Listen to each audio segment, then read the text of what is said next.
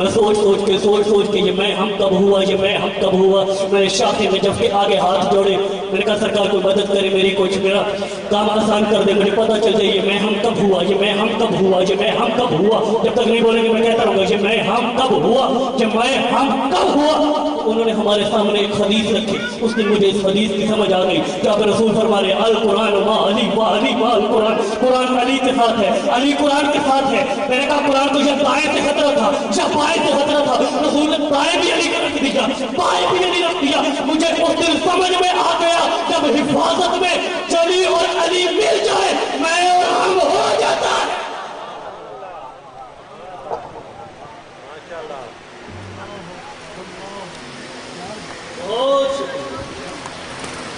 پردیس میں اجڑا ہے گھر بطور،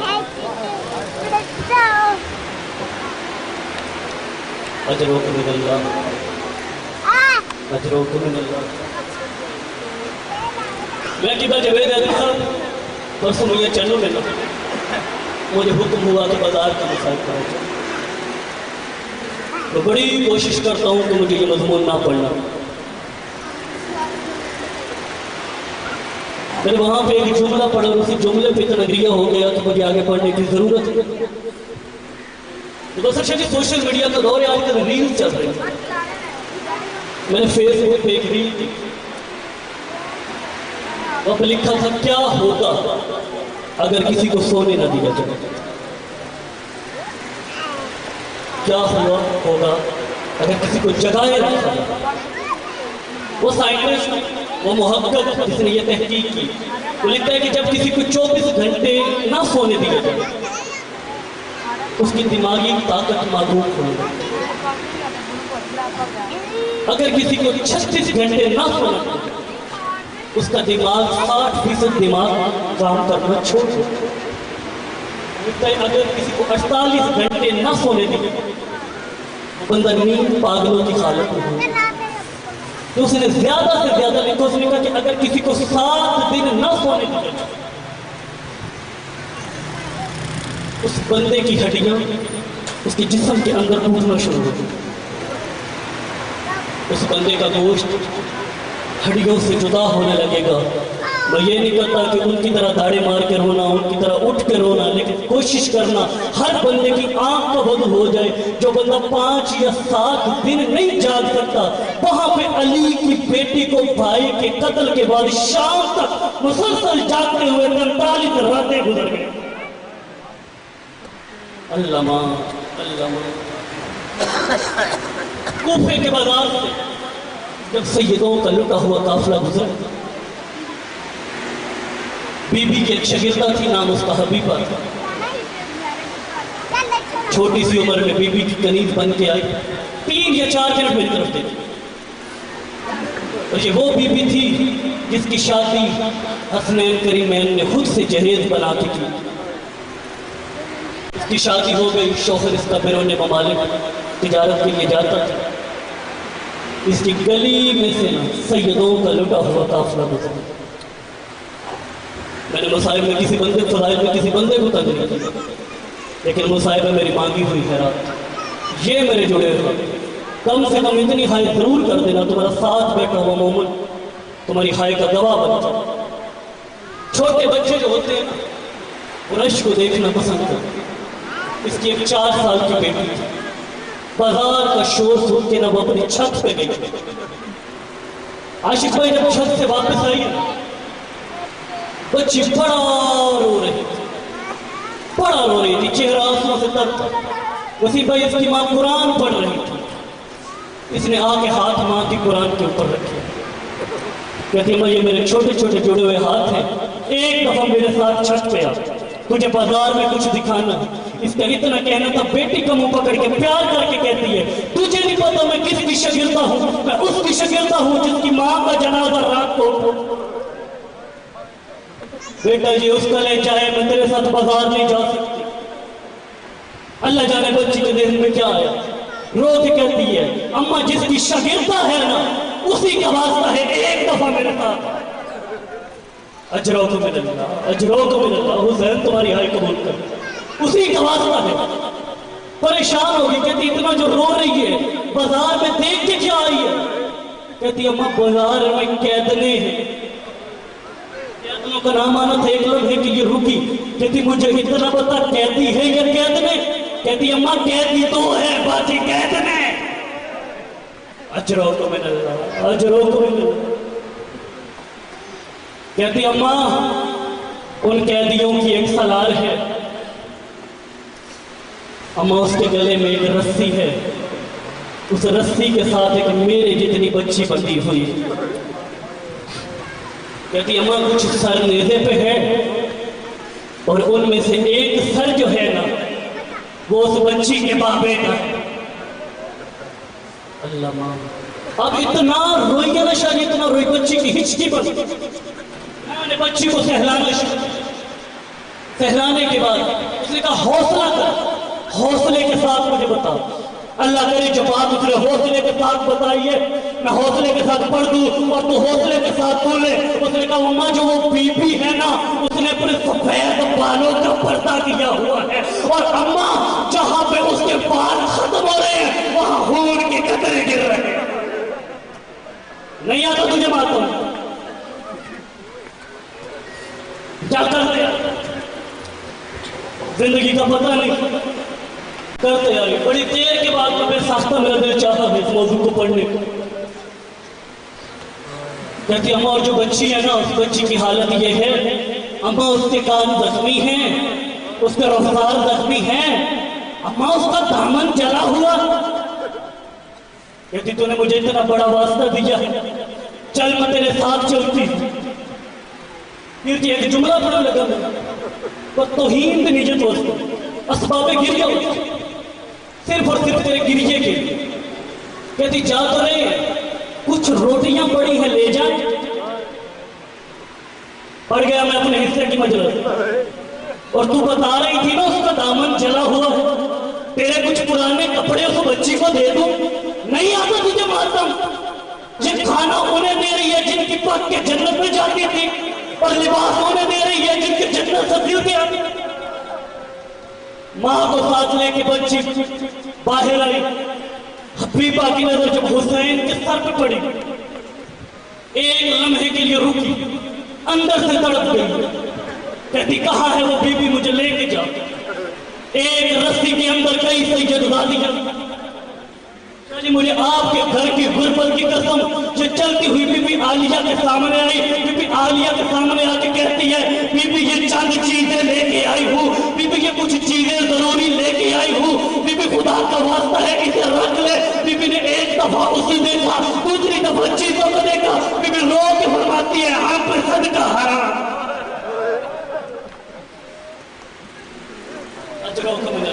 آخری منٹ اور آپ کو سنا ہم پہ صدقہ حرام ہے۔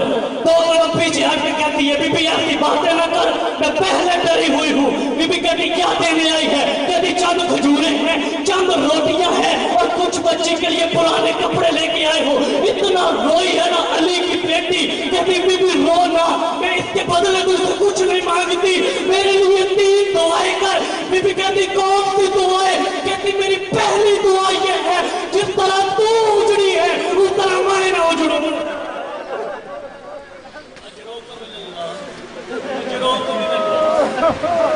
بی بی جیسے آپ اجڑی ہے ویسے میں نہ اجڑوں۔ دوسری دعا میرے لیے یہ کر جیسے یہ بچی یتیم ہے میری بچی یتیم نہ ہو۔ کہتی تیسری دعا، خدا تمہاری اٹھتی آوازوں پر رحم فرمائے۔ کہتی میری تیسری دعا یہ ہے مدینے میں میری مرشد ذاتی رہتی ہے، دعا کر میری جلدی اس سے ملاقات ہو جائے۔ مدینے کا نام آنا تھا، علی کی بیٹی نے بڑے اونچا روئی، رو کے بی بی کہتی اگر تیری مرشد ذاتی تجھے تیرے ملک میں مل جائے۔ کہتی بی بی کیا کہہ رہی ہے؟ میری مرشد ذاتی میرے ہی ملک میں ہے۔ بی بی کہتی ہاں تیرے ہی ملک میں ہے۔ کہتی پھر مجھے اتنا بتا میرے ملک میں ہے تو پھر کون سے شہر میں ہے؟ کہتی تیرے ہی شہر میں ہے۔ میرے طرف دیکھ بھائی، کہتی اگر سے میرے ہی شہر میں ہے پھر مجھے بتا کون سے محلے میں ہے؟ بی بی کہتی تیرے ہی محلے میں ہے۔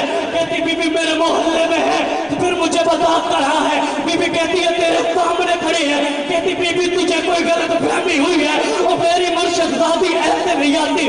بی بی کہتی تیری مرشدادی کیسے آتی ہے؟ کہتی وہ رات کے اندھیرے میں سفر کرتی ہے، خیبر کے باہر آ کے ان کا قافلہ رکتا ہے،